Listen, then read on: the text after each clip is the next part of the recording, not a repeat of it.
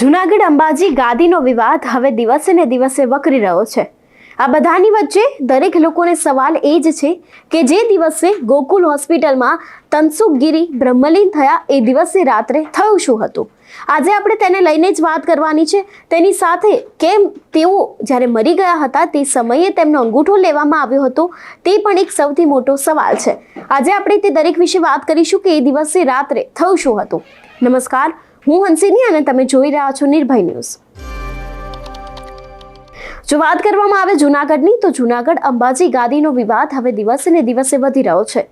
એક તરફ હરિગીરી બાપુ અને તેમની સામે મહેશગીરી બાપુ બંને લોકો આ ગાદી માટે લડી રહ્યા છે। જો કે આ તો એક સનાતન ધર્મમાં ડાઘ સમાન કહેવાય, કારણ કે જો તમે સાધુ હોવ તો તમને આવી રીતે ગાદીની ઘેલછા હોય જ નહીં। તેમ છતાં પણ એક ગાદી માટે મહેશગીરી બાપુ છે તે પણ હવે મેદાને આવ્યા છે ને તેમની સામે હરિગીરી બાપુ છે તે પણ અત્યારે હાલ આ ગાદીને લઈને લડી રહ્યા છે। પરંતુ આ વિવાદ શરૂ થયો જ્યારે તનસુખગીરી બાપુ બ્રહ્મલીન થયા તે સમયે। જે સમયે તનસુખગીરી બાપુની તબિયત લથડી હતી તે સમયે તેમને 3 અલગ અલગ હોસ્પિટલમાં રાખવામાં આવ્યા હતા અને તે બાદ છેલ્લે જે ત્રીજી હોસ્પિટલ હતી તે હતી ગોકુલ હોસ્પિટલ। હવે આ બધાની વચ્ચે સવાલ એ જ ઊભો થાય છે કે તેમની રાત્રે તબિયત બગડી ત્યારે રાત્રે કેમ અચાનક સંતોને તેમની યાદ આવી હતી અને અચાનક સંતો કેમ તેમની ખબર અંતર પૂછવા ત્યાં પહોંચી ગયા હતા અને ખબર અંતર પૂછવા ગયા હતા તો રાત્રે તેમની પાસે તેવા સહી સિક્કા કરાવવાના જે ડોક્યુમેન્ટ્સ હોય તેની સાથે જ તે સહી ક્યાંથી આવી હતી તે પણ એક સવાલ અત્યારે હાલ દરેક લોકોના મનમાં થઈ રહ્યો છે।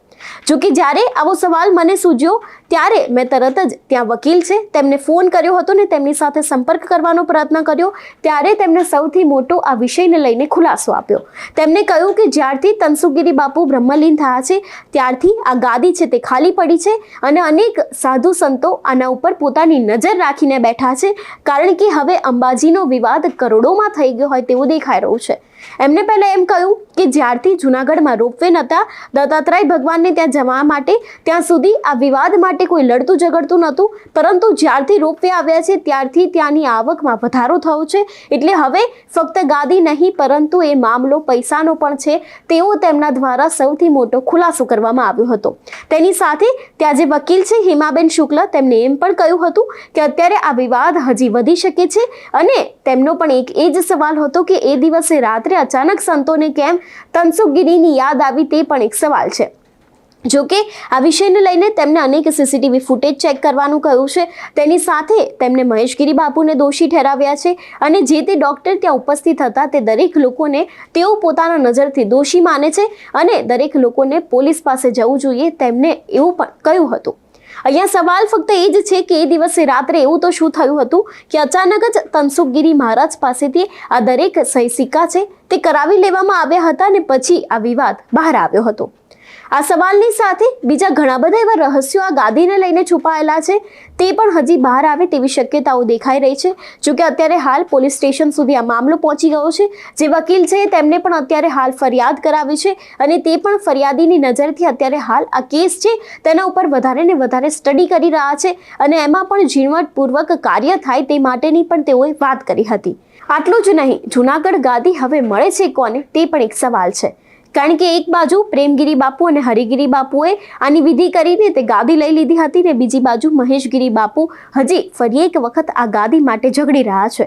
આ બધાની વચ્ચે તનસુખગીરી બાપુનો જે વારસો કહી શકાય દુષ્યંતગીરી મહારાજ તેમને પણ ઝંપલાવ્યું હતું અને તેમને પણ કહ્યું હતું કે આ ગાદી મારી છે। એટલે અંતે કહી શકાય કે જે સનાતન ધર્મનું જ્ઞાન આપતા હોય છે તેવા જ સંતો હવે આવી એક સામાન્ય ગાદી માટે લડી રહ્યા છે અને કારણ ફક્ત એટલું જ છે, કારણ કે હવે જૂનાગઢની ગાદી કરોડોમાં વહેંચાય છે અને હવે ત્યાં કરોડોના વહીવટો થાય છે। કહી શકાય કે સનાતન ધર્મ ઉપર પણ આ કાળા ડાઘ સમાન છે, કારણ કે જે સંતો આપણને જ્ઞાન આપતા હોય છે, જે સંતો આપણી પડખે ઊભા રહેતા હોય છે, જેના આપણે આશીર્વાદ લેતા હોય છે તેવા જ સંતો હવે એક સામાન્ય ગાદી માટે ઝઘડે છે અને તેવો જ એક કિસ્સો જૂનાગઢથી સામે આવ્યો છે। જૂનાગઢની આ અંબાજીની ગાદી જેના માટે અત્યારે હાલ દરેક સાધુ સંતો મેદાને આવી ગયા છે અને એક ગાદી માટે અને કરોડો રૂપિયા માટે જાણે ઝઘડતા હોય તેવું પણ ઘમાસાણ અત્યારે હાલ જૂનાગઢમાં દેખાઈ રહ્યું છે. જોકે આને લઈને હવે અલગ સંતો છે તે પણ બહારથી આવવાના છે. પ્રયાગરાજની પણ આપણે વાત કરી હતી આની આગળ કે તેમાંથી પણ 11 સંતોને બોલાવવામાં આવ્યા છે, તે પણ આની તપાસ કરવાના છે. જોકે તનસુખગીરી બ્રહ્મલીન થયા એ બાદ તેમનો રૂમ છે તેને સીલ કરવામાં આવ્યો હતો. તેમાંથી પણ અનેક એવી વસ્તુઓ મળી આવી હતી જેને જોઈને પણ પોલીસ ચોંકી ઉઠી હતી. હવે આ બધાની સાથે બહારથી પણ ક્યાંક સંતો આવી શકે છે અને સંતો હવે આ તપાસ કરશે તેવું પણ લાગી રહ્યું છે. જોકે અત્યારની વાત કરવામાં આવે તો અત્યારે હાલ આ સમગ્ર જગ્યા છે તે કલેક્ટર અને મામલતદારના હસ્તે આવી ગઈ છે અને હવે આગામી સમયમાં આ ગાદી કોને મળે છે તે પણ એક સવાલ છે. જોકે આ બધાની વચ્ચે રહસ્ય એક એ જ છે કે અચાનક રાત્રે સાધુ સંતોને ત્યાં જવાની જરૂર શું પડી હતી અને જો તેઓ ગયા જ હતા તો તેમની પાસે આવા ડોક્યુમેન્ટ અને સહી સિક્કા કરાવવાના સામાન ક્યાંથી આવ્યા તે પણ અત્યારે હાલ જે સવાલ છે તે હવે રહસ્ય બનીને ઊભો છે. ત્યારે તમારું શું માનવું છે આ વિષયને લઈને અને સનાતન ધર્મ જે છે તેમાં એક ગાદી માટે ઝઘડવું તેને લઈને તમારું શું કહેવું છે અમને કમેન્ટ કરીને ચોક્કસથી જણાવજો.